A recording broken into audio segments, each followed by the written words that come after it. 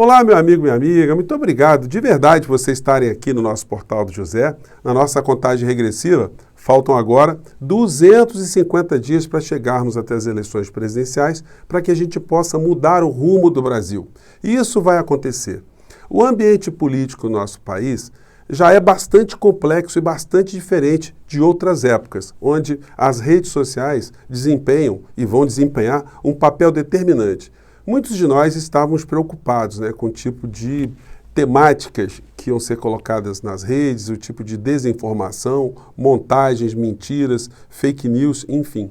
Mas, no campo da extrema-direita, houve uma grande perda que tira uma referência dessas pessoas nesse campo, nessa usina de produzir inverdades, nessa usina de mentiras, nessa usina de falsidades, pela morte do senhor Olavo de Carvalho.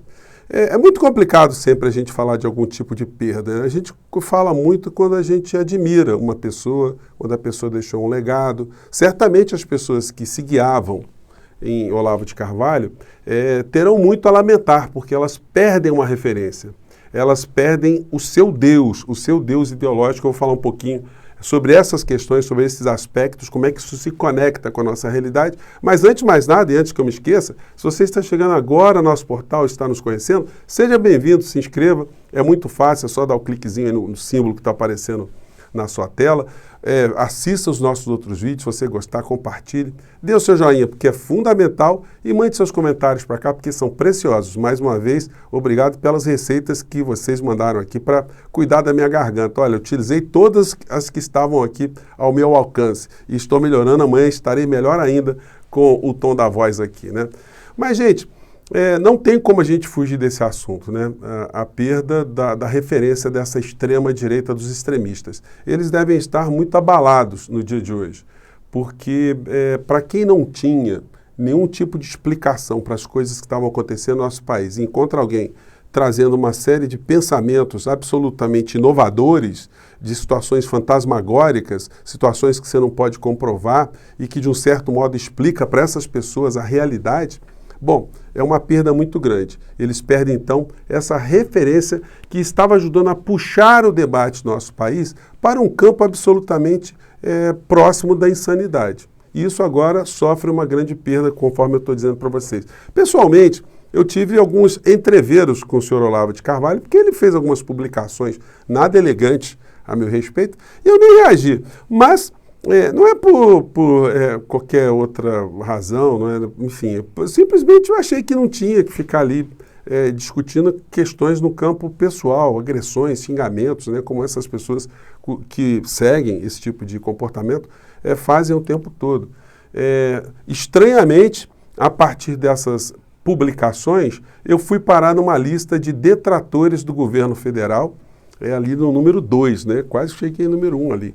E eu fiquei surpreso com essa história também, movi uma ação contra o governo federal, isso está rolando ainda, estão sendo obrigados os grupos que estavam organizando esses dossiês de pessoas que estavam aqui na rede a devolver o dinheiro para os cofres públicos, enfim, vamos ter mais desdobramentos, está sujeito aí a algum tipo de recurso, enfim. Mas, pelo menos, eles pararam oficialmente de monitorar o tipo de espaço aqui que eu faço com vocês todos os dias, Então, essa gente perde uma referência. Mais do que isso, eles endeusavam tanto a figura do professor, ou do senhor Olavo de Carvalho, que eles cunhavam sempre ao final que Olavo sempre tinha razão. É como se ele fosse um deus, como se ele tivesse o poder de adivinhar as coisas que acontecem em nosso país e coisas que já teriam acontecido, que ele teria dito que iriam acontecer, enfim. E hoje nós estamos vendo que essas pessoas estão tomando um grande golpe justamente porque ele acabou morrendo de uma doença que ele dizia que não existia, de uma doença que ele acreditava que, ao se tomar remédios imprestáveis, que isso poderia fazer algum tipo de benefício. Morreu em função de negar a existência de vacinas ou da eficácia de vacinas. E muitas pessoas que seguiram esse tipo de conselho também tiveram o mesmo destino, mas não são pessoas públicas, pessoas que estão no cotidiano. E isso mostra como algumas pessoas, com a sua passagem aqui pela Terra, causam tanto mal, causam tanto sofrimento. Então não dá para a gente não fazer uma leitura crítica sobre esse personagem. O presidente da República decretou luto oficial de um dia. O mesmo presidente que não reconheceu uma série de pessoas importantes para a cultura nacional, como pessoas que mereceriam também um mínimo de consideração, uma palavra, é o mesmo presidente que dedica um dia de luto do nosso país a uma pessoa de quem ele nunca leu absolutamente nada. Ele não conhecia absolutamente nada, mas também não era privilégio dele, né? Porque o presidente não lê absolutamente nada de assunto nenhum, ele é um apedeuta, ou seja, aquele ignorante profundo. Mas essas pessoas perdem a sua referência. Então, nós vamos ter um grupo de pessoas ainda, os remanescentes nas redes, como baratas tontas, cada um tentando desenvolver uma leitura do que o seu Deus teria colocado sobre determinado tema, né? E aí não tem como a gente não se lembrar do Nietzsche, que nasceu na Prússia, que depois virou Alemanha, um filósofo, né? Porque ele escreveu um conto chamado Gaia Ciência.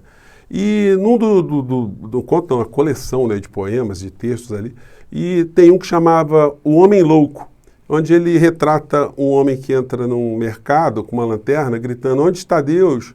Para onde foi Deus? Vocês sabem onde é que foi Deus? E aí as pessoas brincando com ele, né? Ficavam caçoando, Deus pegou um barco, Deus desapareceu, Deus sumiu da terra, sempre insinuando ali que a figura de Deus estaria morto, né? Então isso vira uma frase atribuída a Nietzsche: Deus está morto. Surgiu depois uma brincadeira, uma metáfora, a propósito desses temas todos, né? Onde o Nietzsche sempre escrevia lá no muro da cidade dele a seguinte expressão, né? Deus está morto, assinado Nietzsche. Aí alguém apagava essa expressão, aí ele voltava a escrever de novo: Deus está morto, assinado Nietzsche. Até um dia que o Nietzsche morreu, e aí alguém chegou no mesmo muro e escreveu: Nietzsche está morto, assinado Deus. Eu estou contando essa história toda, não que Nietzsche fosse uma pessoa que fizesse o proselitismo da inexistência de Deus. Não, ele estava trazendo um debate, até porque ele estava vivendo um momento onde o iluminismo estava desvendando uma série de mistérios da ciência, uma série de mistérios da natureza, e isso fazia com que as explicações desses fenômenos não ficassem sob a responsabilidade de Deus, ficassem ali sob a responsabilidade da ciência, dos homens, enfim. Então ele trouxe o debate. Então quando a gente vê a figura agora dessa referência dessa gente, e vamos lembrar, vamos frisar com muita força, né, nesse pensamento, que esses grupos todos, eles nunca tiveram uma mera função ideológica. Eles sempre funcionaram como um polo de atração, um imã que sempre trouxe o debate sempre para o lado pior, no campo da ciência, no campo da racionalidade, no campo da educação, no campo do respeito. Isso fez muito mal ao nosso país. Isso teve uma função de distrair uma parcela importante da sociedade para que nós não percebêssemos o tanto que nós estávamos sendo assaltados pelas pessoas que estão comandando de fato a política e a economia do nosso país. O presidente da República, que decretou o luto e que parece que de fato está correndo do trabalho, quando você pega a agenda dele no dia 24, segunda-feira, ele tinha uma agenda que começava 13h, mas aí depois ele cancelou tudo. Sabe como é que é, né? Segunda-feira, chegar para trabalhar assim, que ficou quase um mês coçando, né, para cima e para baixo com seus seguranças, sem visitar a sua mãe, também, vamos lembrar disso, né? Ele não trabalhou nessa segunda-feira. E hoje, terça-feira, quando você olha a agenda dele, a gente dá uma corrida aqui e vê que ele não tem compromisso oficial, mas ele continua abrindo o saquinho de maldades dele, né? Nós vimos aqui no jornal de hoje, todos os jornais estão comentando isso desde ontem, que na penumbra do seu ócio, ele vetou do orçamento brasileiro. Veto no orçamento afeta mais o INSS e a educação. Vetos que atingiram em milhões, né? Milhões e milhões. Trabalho e previdência, educação, desenvolvimento regional, cidadania, infraestrutura, agricultura, pecuária e abastecimento.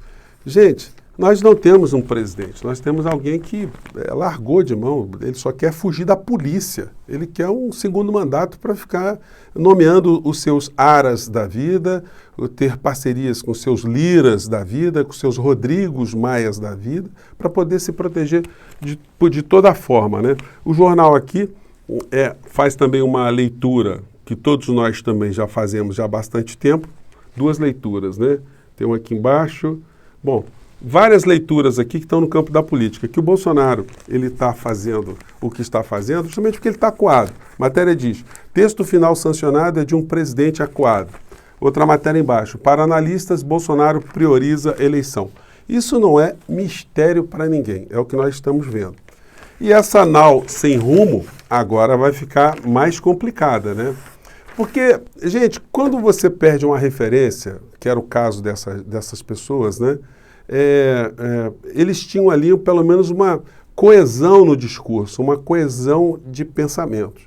Quando a referência desaparece, a tendência natural é haver uma cisânia, porque cada um vai querer interpretar o seu Deus da maneira que entende ser a mais adequada, ser a mais verdadeira. E aí, certamente, se nós já estamos vendo conflitos nos dias de hoje, esses conflitos irão cada vez mais ficar mais profundos.